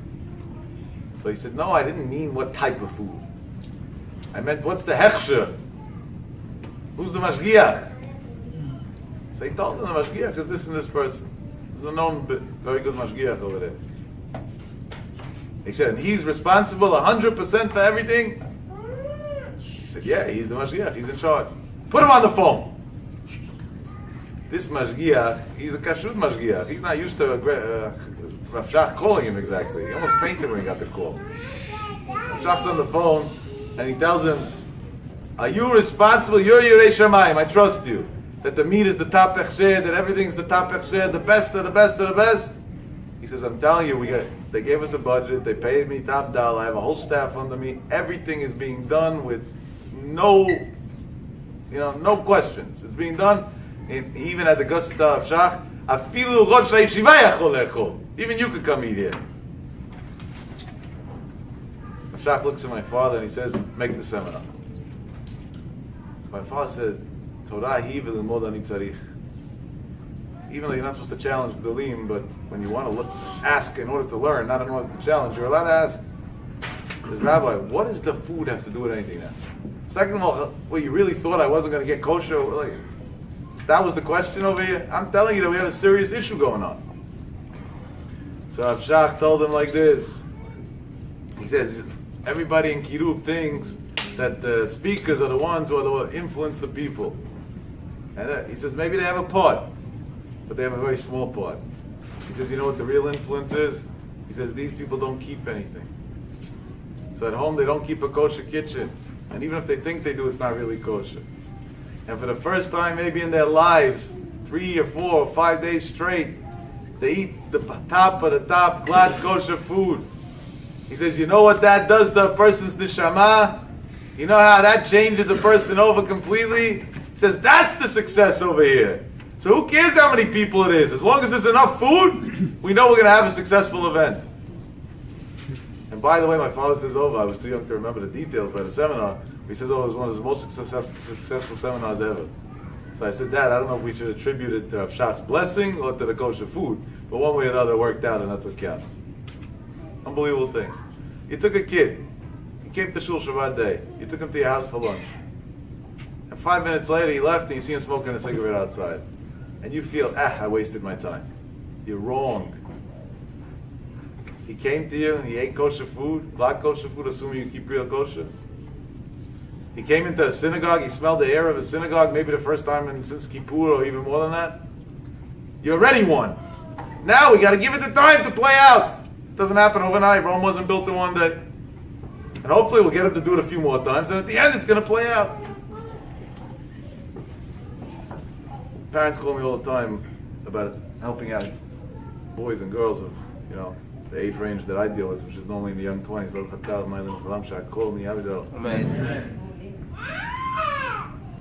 And they expect the whole questionnaire on how the kid was raised and what he's up to and what he's not up to. I don't ask that many questions. That we'll deal with afterwards when we deal with the kid. I tell them, do me a favor. Open up your refrigerator, take a picture, and send it to me. So what? I'm calling you about my kid who left yeshiva. You're telling me to take a picture of my fridge? I said, you don't want to. You called me. I didn't call you. You want. There's so many other people to call. Call somebody else. If you want to talk to me, this is what I want. I don't take money. I have this fridge craze. I like pictures of refrigerators. Send it to me. I get the picture. I look. I call him back. I say, what do you want? You want to know, what do you want from your son? This product might have some sort of letter on it, but it's a conservative hechsher. The other product is this. This product is this. This product is that. His neshama is one big impurity. And now you want to know why he's not interested in learning? Of course he's not interested in learning. Torah and Chalav Yishmael don't go together. For that you become a terrorist. It doesn't go. It doesn't work. The neshama is not pure. And then I said, I don't want to ask you because this I don't want to see. But if I would tell you to take a picture of your magazine rack and whatever else is going on in the house, maybe we have all the answers in one. I said, so maybe you should manipulate the system instead of preaching the system. Make the house a high standard, that the air in the house is an air of kiddusha, it's an air that the kid feels, the right air, the right environment. And on its own, one day it'll penetrate without anything. Without going to war, without needing all these theories and fantasies. Now, of course, it's not a rule straight across the board. Not every kid, many times it's not like that. There's a big yitzhara out there, and even the greatest chachamim's kids fell into terrible traps. Terrible traps.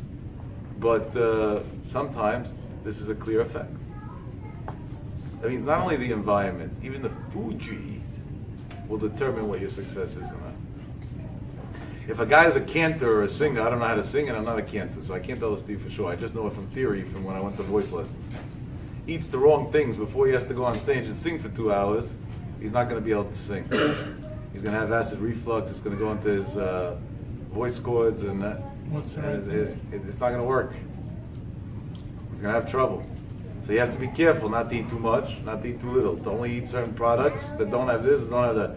Then he could actually go and perform. It's what your intake of your environment, your intake of the food, your intake of your friends, your intake of everything is what your output one day is going to be.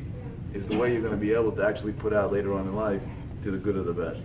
And that's why the Chachamim put big stress on this. The person should be extremely cautious in everything that he does when it comes to taking in and to surrounding himself by amazing things. Just real quickly, if you don't mind, I've heard a version where they say surround yourself with a higher standard people, but also lower standard, so you could become a mentor for those who need it, and then you become mentored by those who are better than you. When a person's ready to mentor, I agree 100%. Everybody has to help everybody, and we all can mentor somebody, but only in the areas that we know. So, somebody who knows Gemara should teach Gemara, somebody who knows Chumash should teach Chumash, somebody who knows that. But first you have to make sure you learn yourself. You have to first make sure you know yourself something. The first person to mentor is yourself. Then we start mentoring others as well. But in theory, in the big scheme, of course that's right. The big scheme, Am Yisrael, Kol Yisrael, it doesn't say one person. Kol Yisrael, we have a big mistake. Let's say in Queens, we have a wonderful organization called Hatzalah. Amazing what they do. These people, they give their lives. Saturday night, instead of going out for Milavim Al-Qad, they're running, saving lives. This one got into an accident, the other one doesn't feel well. Friday night, the guy's by his Shabbat dinner table, he has to run out for a call to help somebody. Hopefully none of you ever needed their services, but they do amazing work. There's nothing to talk about. It's an amazing organization. Ultimately, their prayer and the prayer of the whole Am Yisrael is we should never need Hatzalah, everybody should be healthy. But in the meantime, that's the fact. In the meantime, the fact is that there's situations in life that we need these crisis intervention people. I can't go be a Hatzalah guy today. I don't know anything about it. When could I be a Hatzalah guy? If I went and took a course. and passed the test, and have experience, and was mentored by somebody who's already been doing it. So then when I'll come to a scene, I'll know what to do and I'll save a life. But if I'm not trained for it, I'm not going to save no life. I kill a life. That's what I'll do. I'll cause more damage than help.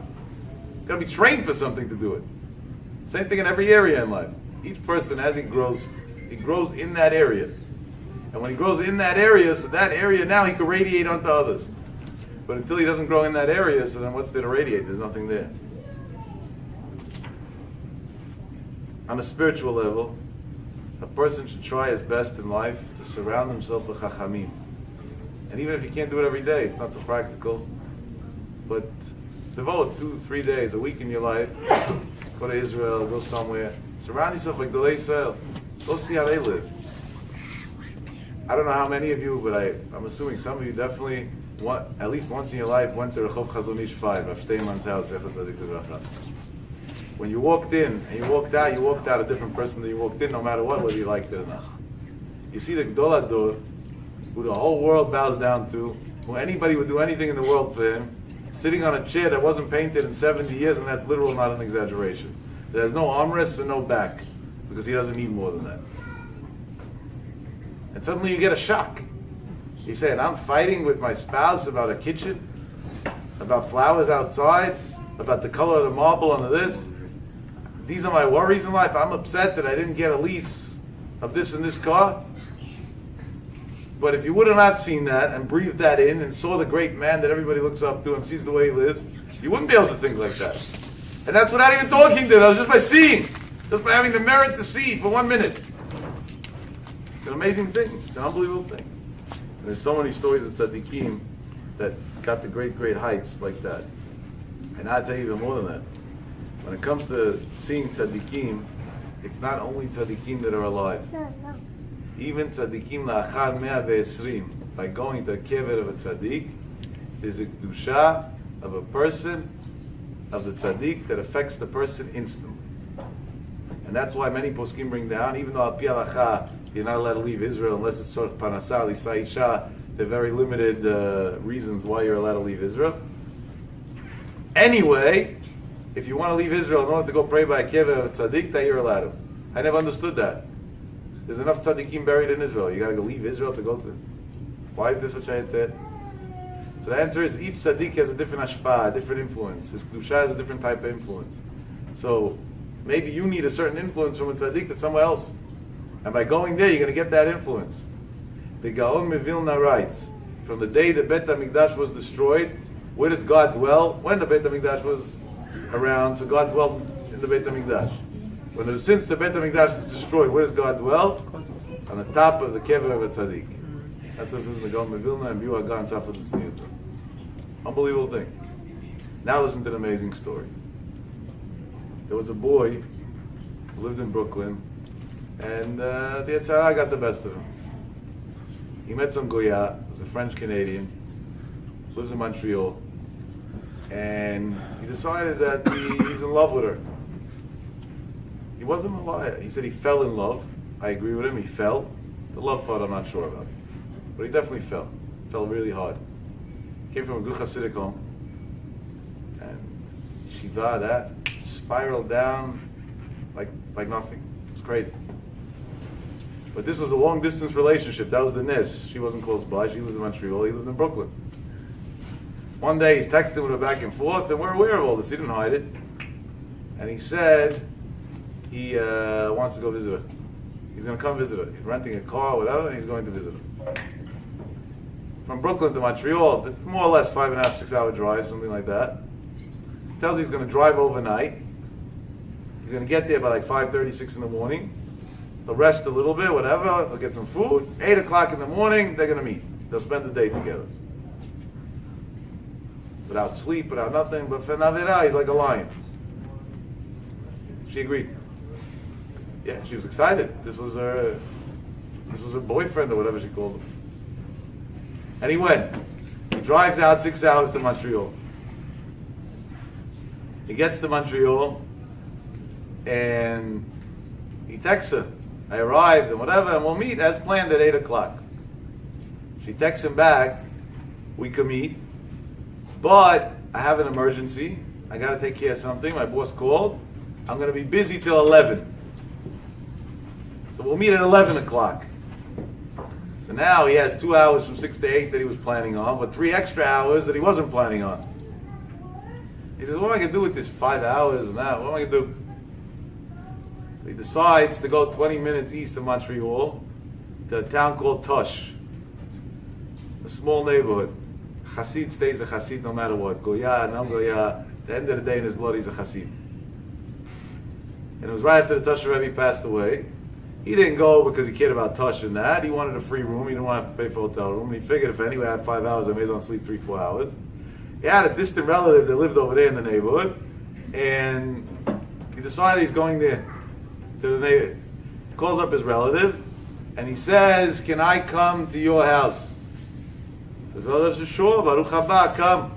What are you doing in Montreal? He says, better you don't ask. After I wake up and I know I slept, then maybe I'll tell you. I don't want to be thrown out in advance. Just come. Welcome. 6:30 in the morning, he arrives by his relative's house. They give him a bed. He's out. 10 o'clock he gets up. This relative makes him some breakfast. And now he's going to head back to Montreal to meet this Goya, this French-Canadian Goya that he's his girlfriend. Before he leaves the house, his relative tells him, it was like a second cousin or something, tells him, do me a favor, give me a ride on the way out. He says, sure, I'll give you a ride. He says, slept by him, ate by him, of course he's going to give him a ride. He says, where do you want to ride to? He says, I want to go to the Rebbe's caver, to the Rebbe's grave. The Rebbe's buried in Tush. So he tells him, fine, but I'm just warning you, I'm not going in there. You know, I'm not into this stuff. I went off the derech, I'm off the D, he told him. This is not my thing. He says, no, God forbid, you're not going in. Just give me a ride. I want a ride. You don't want to give me a ride? No, thank you. I'll take a cab. He says, no, a ride you got. They pull into the parking lot, and his relative turns to him, and he says, do me a favor. I want to light a candle on by the Rebbe's grave, but I'm scared of matches of fire. Could you come in? You won't pray, you won't nothing like that, just to light the candle for me. That's harmless, right? Big deal, light a candle. He says, okay, I'm a smoke guy, I have a lighter, I don't even need your matches. Comes in. The guy takes a big cup, puts in a lot of oil, puts it in 2 wicks. He did one for him and one for the kid. And he tells him, just light them and go. Thank you, I appreciate the help. He lit the 2 candles, and he went. They said goodbye to each other, gone. He's driving to his girlfriend. She calls him. I'm so embarrassed, I don't know how to tell this to you, this, that. I'm still not done at work. And if I leave now, my boss is going to hang me. And even though I told him I need this day off because you were coming out, we'll meet at 5 o'clock in the evening when I'm done work. And he's like, you're killing me. What are you doing? You're killing me. I came, I barely slept by my cousin's house. I did this. Now I'm like half awake, half asleep, like a 3-hour sleep, or sometimes worse than not sleeping at all. She says, you know what? Just take a hotel. You're not going to drive back tonight anyway. It's going to be dangerous. We'll stay out until very late anyway. Go to sleep. You'll wake up 4:30, refreshed. You'll take a shower, everything. You'll be normal. You'll have a place to sleep tonight also. We'll hang out until late. Then you'll drive back to New York. She says, all right, good idea. I like the idea.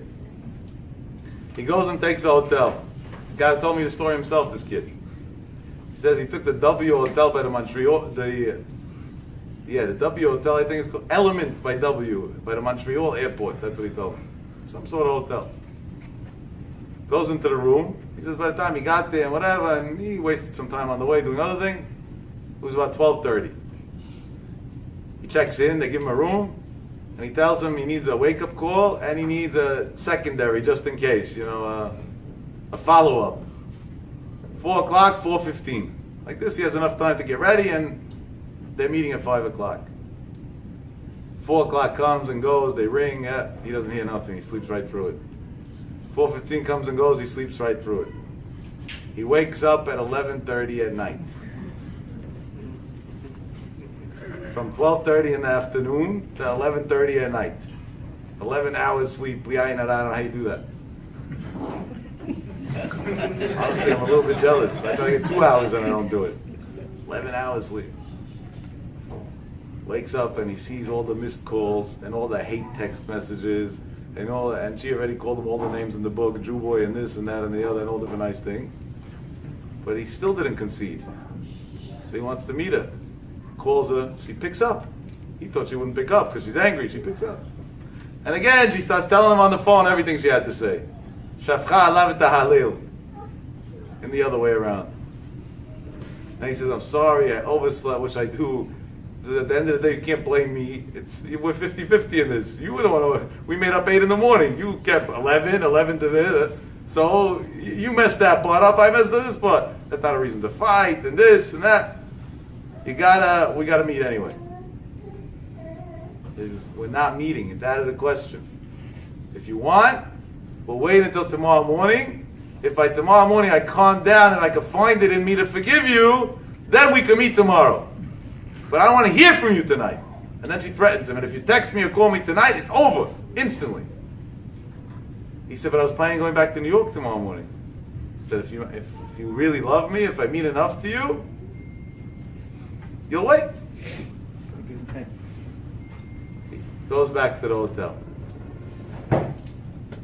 Now this to me is the biggest miracle in the whole story. He goes back to the hotel and he falls back asleep.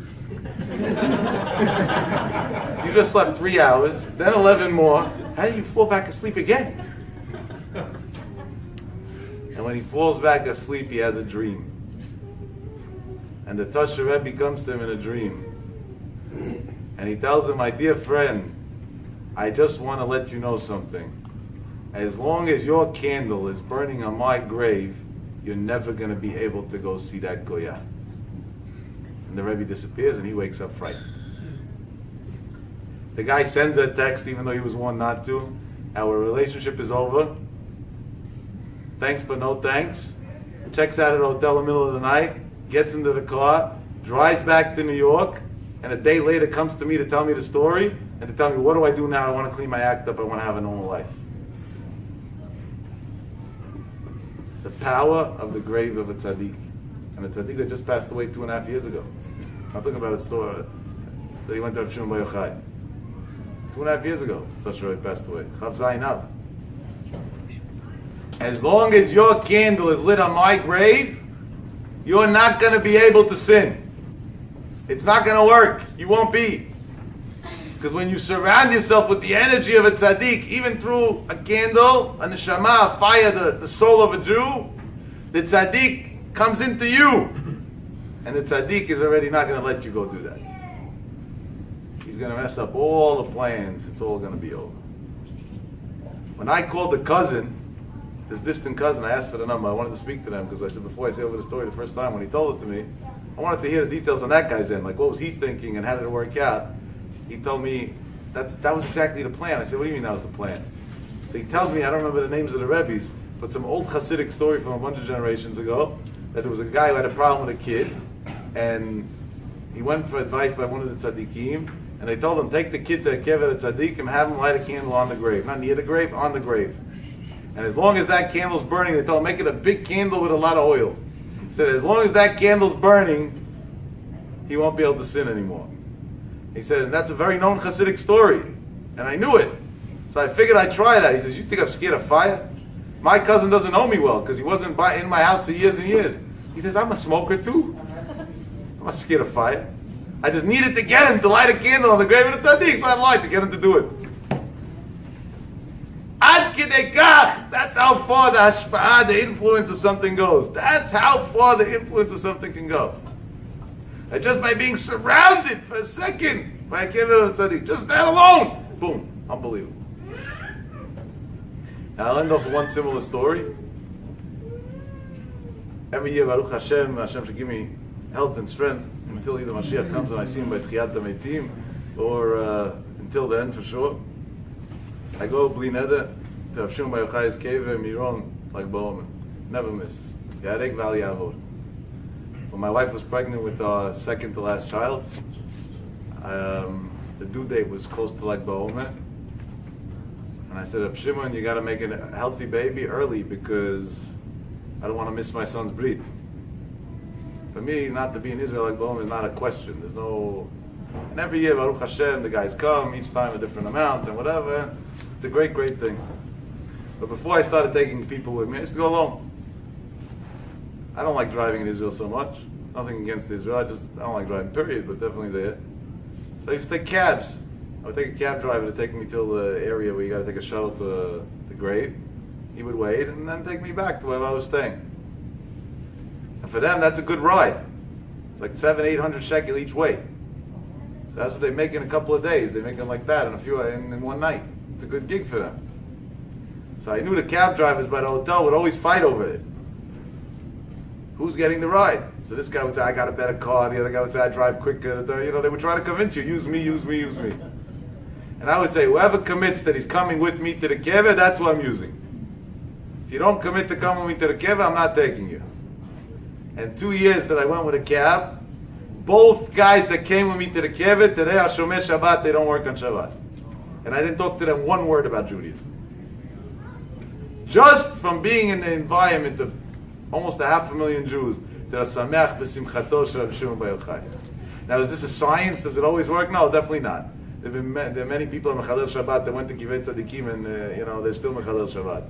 But is it going to work one day? They'll die b'tshuva, that's for sure. At one point, Tzidkat Tzadik, the surrounding, the environment. If Esav was scared to go into Shem Va'evet to kill Yaakov, because he knew he wouldn't be able to do it at that point, Kal v'chomer today that nobody's like Esav. It's just, Kodesh and Yishbu that don't know better, or that the Yetzirah overcame them, that they can't think straight. Kal v'chomer 1,000,000 times over. Heitzitz v'nifga. Just by looking, just by getting close, just by the tiniest thing, you get a good hashpah. Because Baruch Hu should help that the Zchut of the Tzadikim should always stand for us, and we should grow, and mainly surround ourselves by highly successful people in Ruchaniyut and Gashmiyut, and we matzliach b'kol, amen ve'amen.